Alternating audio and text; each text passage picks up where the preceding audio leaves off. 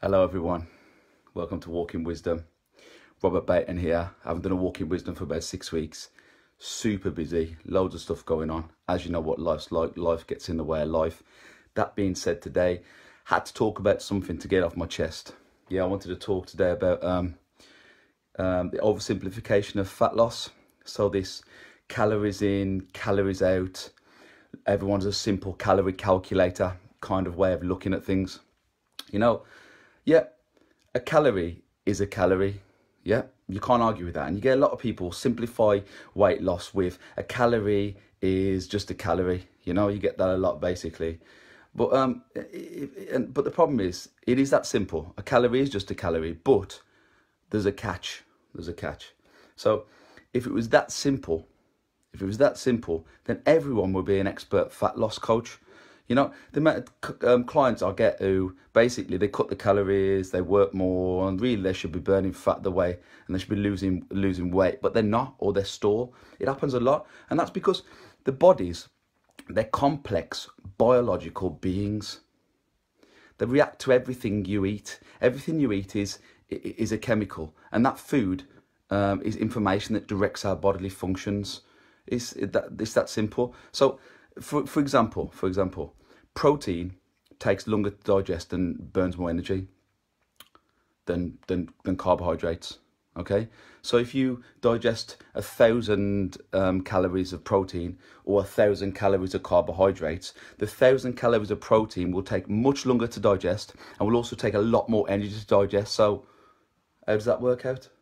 I thought a calorie was just a calorie. And also there've been studies with whole foods and processed foods as well.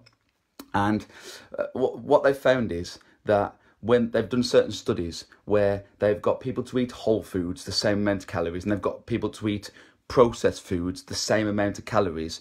And what they've found is the people who eat the whole foods use a lot more thermogenic energy, a lot more energy to digest the food. So if it was that simple as calories in, calories out, you know? So, still simple, is it, yeah? So all these advocates of this calorie in, calorie out, and it's that simple nonsense, they're the ones who are feeding you an absolute lying. The thing is, sugar, if you eat sugar, it destroys collagen, it causes inflammation, it damages cells, and also gut bacteria gets damaged as well. Now, gut bacteria is something that breaks down our food a lot quicker as well, you know, and much more healthily. So it's really important to know that the type of calorie you eat makes the most difference. You understand? Also, it's not as easy as calories in, calories out. It's not that simple, because when you're in calorie deficit, that means eating less calories than your body needs to survive. Therefore, it should be burning some form of tissue. Then your body goes into safety mode. It lowers its metabolic rate, which means it burns fat slowly, a much more slower rate. And also, it also reduces the spontaneous movement in the body. So what I mean by spontaneous movement is fidgeting. I mean, you know, shivering, things like this. All those things are greatly reduced when you're in calorie deficit. So it's not as simple as calories in, calories out, is it? Well, it is. But there's a lot more variables. And also, you've got to ask yourself as well, if it's as simple as calories in, calories out, why are you eating too much food? Why are you doing it to yourself? You want to burn fat, yet you eat more food than you should be. And it's important not to get bogged down with the calorie calculation. It's more important to spend your time on psychological skills that are going to make you change your habits, you know? So there's a lot, going back onto calories in, calories out, there's a lot of studies that show the type of food you eat defines the fat loss, okay? So I've seen a study recently where they had a bunch of people on low carbohydrate diets and a bunch of people on low fat diets, and they were eating the same amount of calories. And what they found was the people, exactly the same amount of calories, you know, for their body, related to their body, okay, so what they're supposed to be eating for their body size. And they found that people who ate lower carbs burnt more fat. So I thought it was calories in, calories out.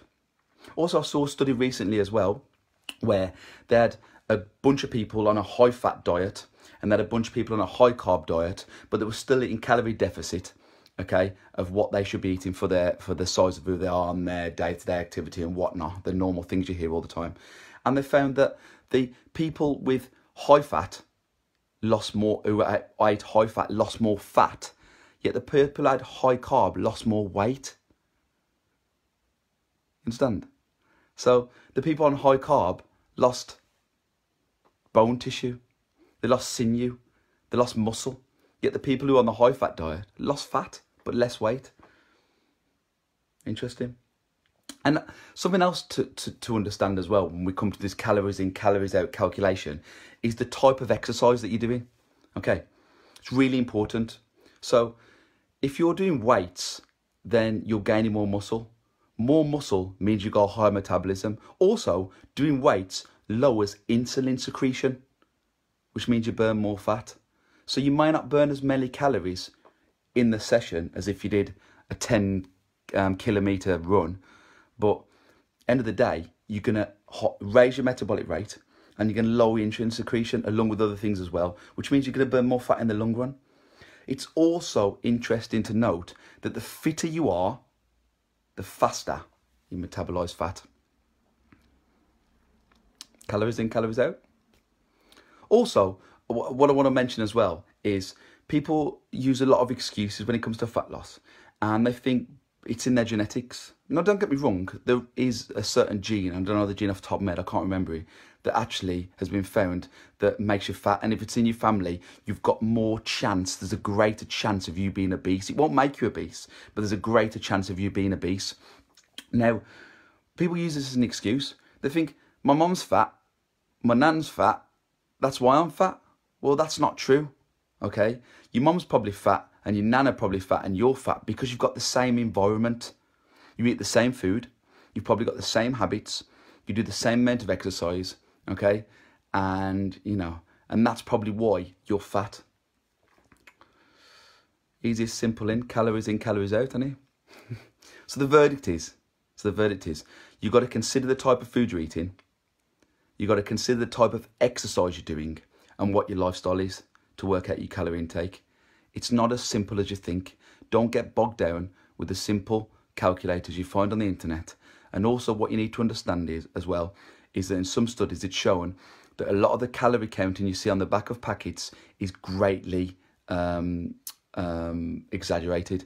In fact, in some studies it's shown to be more than 20% disparity above. They always underestimate underneath.